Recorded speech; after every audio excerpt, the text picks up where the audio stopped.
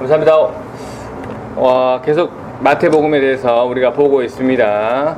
이제 오늘로써 마태복음 1장이 끝나는데요. 오늘은 지난주 복습하면서 마태복음 1장을 전체 정리하는 시간으로 마무리하겠습니다. 자, 지난주 이제 우리가 마태복음 1장에 나오는 두 가지의 이름에 대해서 함께 살펴보았습니다. 네, 뭐였죠? 예수와 임마누엘이었습니다. 네. 예수는 여호수아라는 히브리어의 헬라식 표현이었고요. 네, 뜻은 여호와는 구원이시다라는 거였습니다. 죄에서 구원해 주시는 하나님이란 뜻이었죠. 그리고 임마누엘의 뜻은 뭐였습니까? 우리와 함께 하시는 하나님이었습니다. 그 임마누엘의 배경을 우리는 함께 살펴보았는데요. 분열 왕국 시대에 남유다의 왕 아하스에게 일어난 사건이었죠. 네, 남유다를 침공하기 위해서 연합군인 아람과 북이스라엘이 쳐들어왔을 때 이 아하스 왕은 두려워했습니다.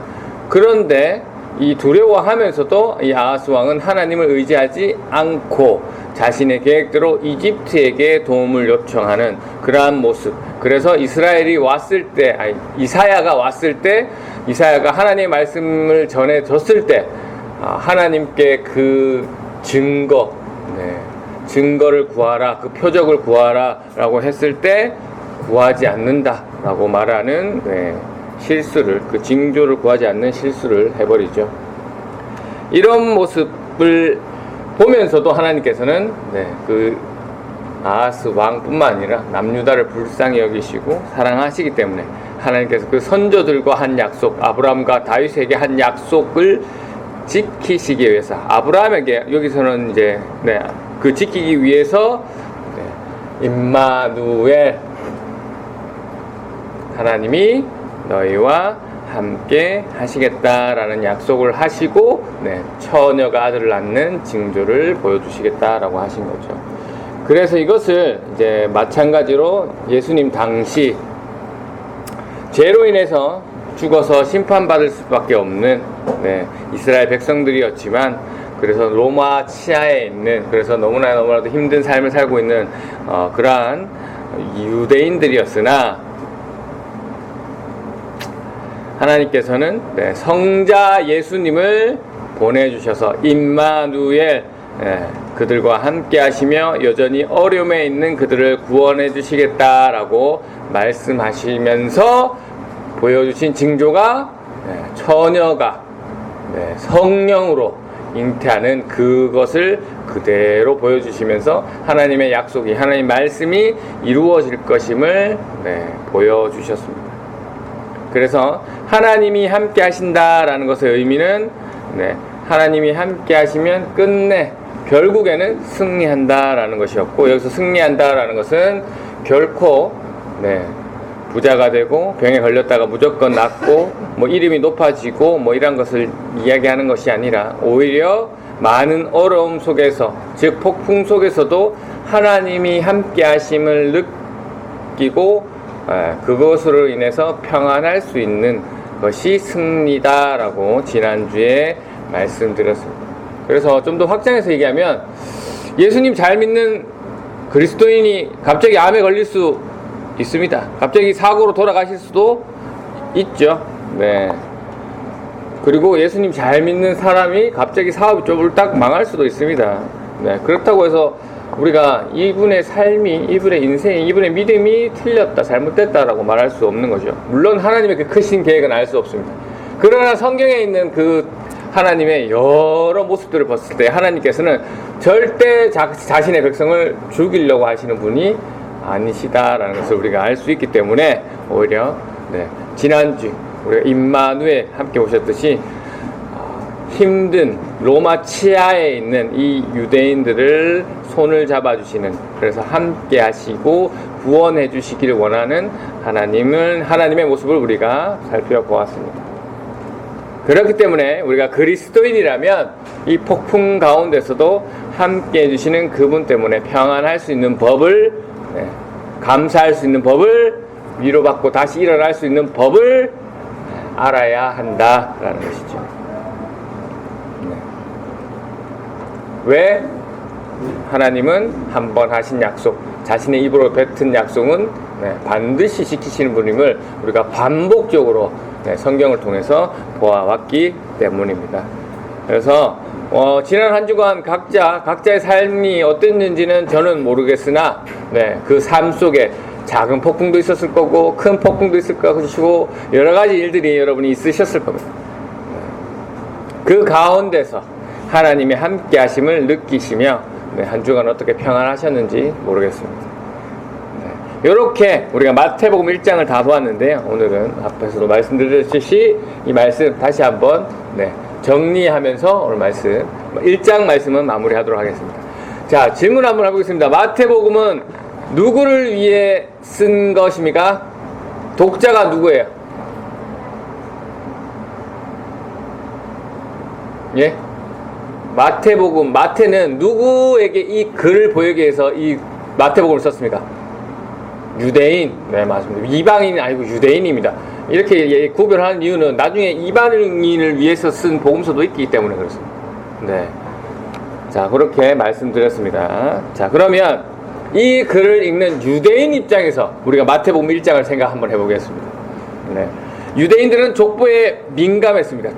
족보가 아주 중요했습니다. 왜냐하면 하나님께서 분명히 자신의 선조, 그러니까 아브라함과 다윗에게 어떤 약속을 하셨냐? 메시아를 내가 보내줄 텐데, 그들의 후손을 통해서 메시아를, 자신을 구원해줄 메시아를 보내주겠다라고 약속했기 때문에 당연히 그 혈통, 그 족보가 그 무엇보다도 중요했습니다. 족보는 곧 그들의 정체성이었습니다. 그런데 이 마태 이야기를 들어보니까 그 정체성, 아주 중요한 그 족보에 느닷없이 여자들이 나옵니다. 네, 말도 안 되는 일이죠. 여자들이 막 족보에 이름이 올려지고 그 여자들이 훌륭한 여자들이냐? 아니다. 네, 당시 그들의 기준으로서 윤리적으로 도덕적으로 문제가 있는 그런 여인들이었던 이방인이기도 했고 말이죠. 분명히 유대인들이 바라는 메시아는 어떤 일말의 흠도 없는 그런 사람이어야 됩니다. 그런데 마태의 족보는 아주 충격적인 내용이 있는 족보였단 말이었죠. 근데 마태가 이렇게 기록한 것은 당연히 마태의 의도였습니다. 메시아는 혈통으로 오는 것이 아니다라는 의도가 있었죠. 이것은 우리가 족보의 구조를 봐서도 알 수 있습니다.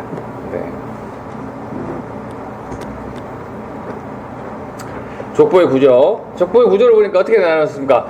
14대로 의도적으로 마태가 이렇게 나눴는데 그 내용은 어떻습니까?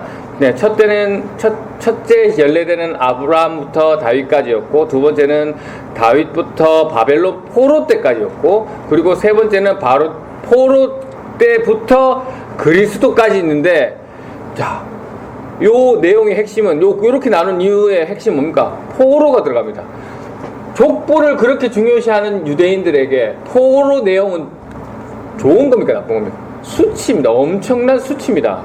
그런데 이 국가적인 수치기를, 민족적인 수치를 이 족보에 마태가 넣었다라는 것은 뭡니까? 이 족보가 실패했다라는 그 얘기를 하는 거죠. 그 글을 읽는 유대인들은 충격을 받는 겁니다. 그리고 이 흐림상 처음에 아브라함을 얘기했다가 그 다음에 다윗을 얘기했다가 쭉 얘기하다가 마지막 결국 예수가 왔다라는 이야기를 하는데, 예수가 글을 읽어보니까 생물학적으로 요셉의 아들입니까? 아닙니까? 아니죠. 아니라고 되어 있잖아요. 성령으로 잉태되었다고 하잖아요. 뭐 이것도 아니잖아요. 이것도 그럼 메시아가 혈통으로 온다 생각했는데 그것도 아니야. 충격적인 겁니다. 이 유대인들이 자신들의 생각으로 수백 년간 믿고 그렇게 내려왔던 것들이 잘못되었구나라는 것을 이 마태가 이 족보를 통해서 지적을 하고 있는 것이고 충격을 받았을 겁니다. 그 중에서 가장 놀라웠던 충격이 우리가 지난주에 봤던 임마누엘입니다. 임마누엘. 하나님이 우리와 함께 계신다. 마태는 유대인들이 이미 잘 알고 있는 임마누엘 사건, 그러니까 이사야서를 이미 유대인들은 깨고 있었기 때문에 이사야서에 나와 있는 그 임마누엘의 사건을 이야기하면서 하나님께서 결국 유대인들을 지키기 위해서, 이스라엘 백성들을 지키기 위해서 처녀가 아들을 낳는 징조를 보여주시면서 그 약속이 반드시 이루어질 것임을 보여주셨듯이 오늘날 처녀가 성령으로 잉태하는 징조를 통해서 동일하게 하나님께서 이스라엘을 구원해 주실 것이다 라는 약속이 반드시 이루어질 것이라는 것을 이야기하고 있고요. 이게 왜 충격적이냐? 메시아는 혈통이 아니고 하늘에서 직접 하나님이 오셨다라는 얘기를 하거든요. 네. 이게 엄청난 충격적인 겁니다. 네.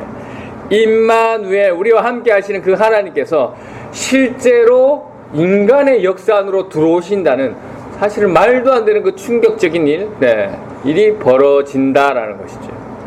결국 마태는 이러한 것들을 통해서 너희 조상들에게 약속하신 그 하나님의 약속이 예수 그리스도가 하나님이 육신의 힘으로, 육신의 몸으로 이 땅에 오셨다라는 것을 통해 이루어진 것을, 임마누엘 하신 것을 이야기하고 있습니다.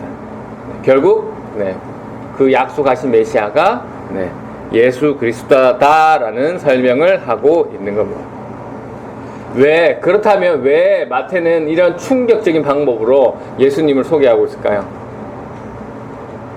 왜냐하면 여러 번 말씀드렸듯이 당시 유대인들이 잘못된 메시아의 개념을 가지고 있었기 때문입니다. 그러니까 예수님 당시 1세기 유대인들에게 그들의 상황은 어떻습니까? 로마라는 세계를 지배하고 있는 강국에 속해 있는 그냥 작디 작은 힘없는 식민지였잖아요. 그렇기 때문에 이 유대인들은 자신들을 예전에 다윗 왕의 시대처럼 부강하고 힘이 세고 정치적으로 자신의 나라를 독립시켜줄 그 나라를 꿈꾸고 기다려왔습니다. 그런 메시아를 꿈꿔왔기 때문에 유대인에게 당시 유대인들에게 메시아라고 하면 로마를 물리치고 자신들의 국가를 완성해서 튼튼한 그러한 나라를 그러한 메시아를 바랬습니다. 그런데 마태는 족보를 통해서 무슨 얘기합니까? 족보에 여자가 들어가고 그것도 이방 여자나 부정한 여자들이 나오고 이스라엘 역사상 가장 수치 있는 포로 시대를 중심으로 또 나누고, 또 이게 너희가 생각해오던 메시아와 실제로는 메시아는 다르다 라는 것을 알려주고 말하려고 했습니다. 그렇다면 마태가 말하고자 하는 메시아의 모습은 어떤 모습일까요? 우리가 한번 생각해 봐야 되는데, 유대인들은 힘과 권력으로 로마를 물리치고 칼을 들고 그들을 물리치는 그러한 정치적인 지도자를 바랬으나, 우리 예수님, 실제로 오신 예수님은 어땠습니까? 칼을 들었습니까? 아니죠. 고난을 당하시고 고초를 당하시고 십자가를 지신 예수님, 그런 메시아였습니다. 당장 눈앞에 보이는 현재 그 유대인들을 억압하고 있는 그 로마를 물리치는 그러한 분이 아니라 근원적인 문제, 뭡니까? 우리의 죄를 무너뜨리러 오신 예수님이었다라는 것이죠. 정치적 억압에서 일시적으로 해방시켜주는 그러한 메시아가 아니라 죄와 사망에서 영원히 구원하시는 그러한 메시아였다라는 것이죠. 그리고 가장 충격적인 말, 유대인들은 메시아가 그 아브라함의 혈통, 다윗의 혈통으로 오는 그냥 인간이라고 생각했으나, 마태는 우리와 함께 하시는 우리와 함께 하시는 하나님으로 메시아를 소개하고 있습니다. 그렇습니다. 마태는 족보를 통해 유대인들이 가지고 있는 잘못된 관념들을 깨어부시고자 했습니다. 그런 마태가 오늘날 살고 있는 저와 여러분에게 똑같은 질문을 던지고 있습니다. 혹시 너희도 유대인들처럼 메시아를 오해하고 있는 것은 아니냐? 너만의 기대로 예수 그리스도를 그리고 있는 것은 아니냐? 그런 너만의 상상으로 예수를 그리고 있는 것은 아니냐라는 질문을 던지고 있습니다. 여러분은 어떻습니까? 여러분에게 예수 그리스도는 어떤 분이십니까? 정말 여러분이 알고 있는 예수 그리스도의 그 이미지가 성경에 나와 있는 예수 그리스도와 같나요? 혹시 저 여러분이 기대하는 그 예수가 부자 되게 해주는, 건강을 지켜주고 병을 회복해주고 좋은 일자리를 주는 등 내 환경적인 것을 좋게 해주시는 분으로만 생각하고 있는 것은 아닌지 한번 살펴보시기 바랍니다. 내가 생각하던 메시아가 그저 나의 행복을, 내 인생을 행복하게 해주는 그런 분으로만 그리고 있는 것은 아닌지 살펴보시기 바랍니다. 내가 가진 생각과 이념을 지지해 주시는 분으로만 생각하고 있는 것은 아닌지 살펴보셔야 됩니다. 그래서 적용해서 생각하면 우리 예수님은 나를 지키시는 분, 또 내가 속해져 있는 우리 집을 보호하시는 분, 우리 집을 보호하고 지키시는 분으로만, 또는 내가 소속되어 있는 우리 교회만 지키시는 분, 또는 내가 함께 하고 있는 우리나라만 지키시는 분으로 그렇게 좁게만 생각하고 있는 것은 아닌지 살펴보시고, 우리 예수님은 모든 사람을 위해 오신 분입니다. 우리 예수님이 오신 근본적인 이유, 환경적인 거 아닙니다. 뭐였습니까? 이름 그대로, 예수라는 이름 그대로 우리의 죄를 해결하시기 위해 오신 분이시다라는 것. 그 사실을 잃어지면 안 됩니다. 우리의 삶을 회복하시기 위해서 오신 게 아니라 근원적인 우리의 죄를 회복하시기 위해서 오신 분이다라는 것입니다. 그렇기 때문에 예수를 믿으면 만사형통해야 한다. 이것은 제가 얘기하는 약간 환경을 고치시는 그런 분으로, 그런 의미로 만사형통입니다. 예수를 믿으면 만사형통해야 된다. 기도하면 일이 잘 풀려야 된다. 믿음이 좋으면 고난이 없어져야 된다. 헌금하면 몇 배로 돌려주시는 분이다. 신앙생활은 결국 내가 잘 되기 위해서, 내가 행복하기 위해서 하는 것이다 라고 생각하는 거라면 예수님을 아주 협소하게, 아주 좁게만 생각하시는 것입니다. 이런 우리에게 예수님은 말씀하시죠. 나를 따르는 삶은 뭐라 합니까? 자기를 부인하는 삶이다 라고 얘기하죠. 여러분 스스로를 부인해야 되는 삶입니다. 자기를 부인한다는 것은 내 기대, 내 생각을 내려놓는 것이죠. 내가 만든 예수님을 내려놓는 것입니다. 내가 원하는 방식의 예수님을, 메시아를 포기하는 것이죠.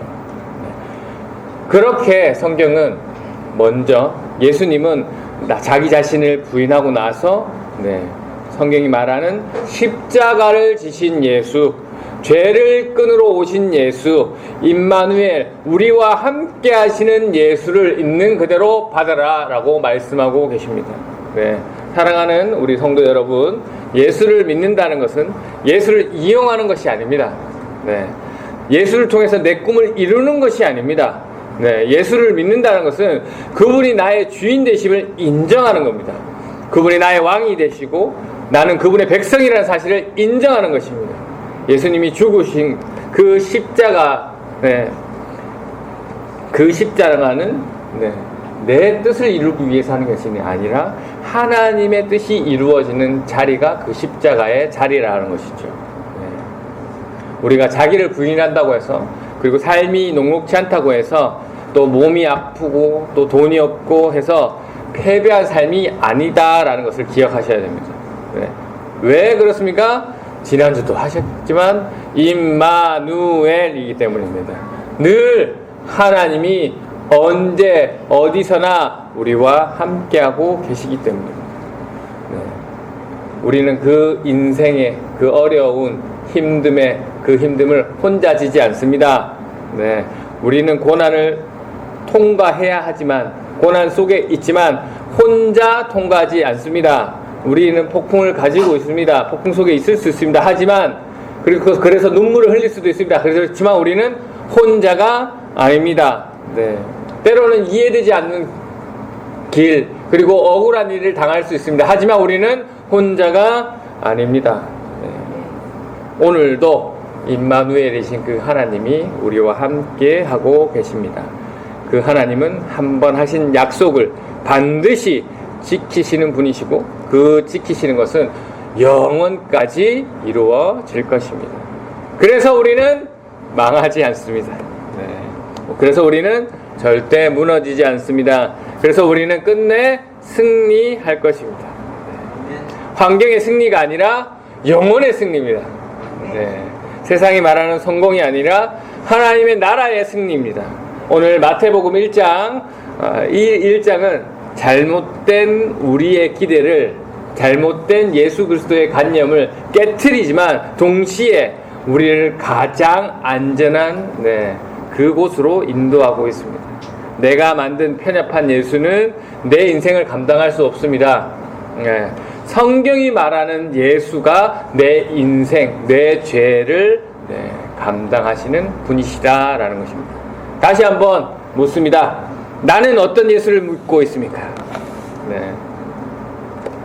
내 기대 속에 예수입니까? 아니면 내 죄를 위해 십자가를 지신 하나님의 아들입니까? 오늘 우리가 내려놓아야 할 것은 환경이 아닙니다. 상황이 아닙니다.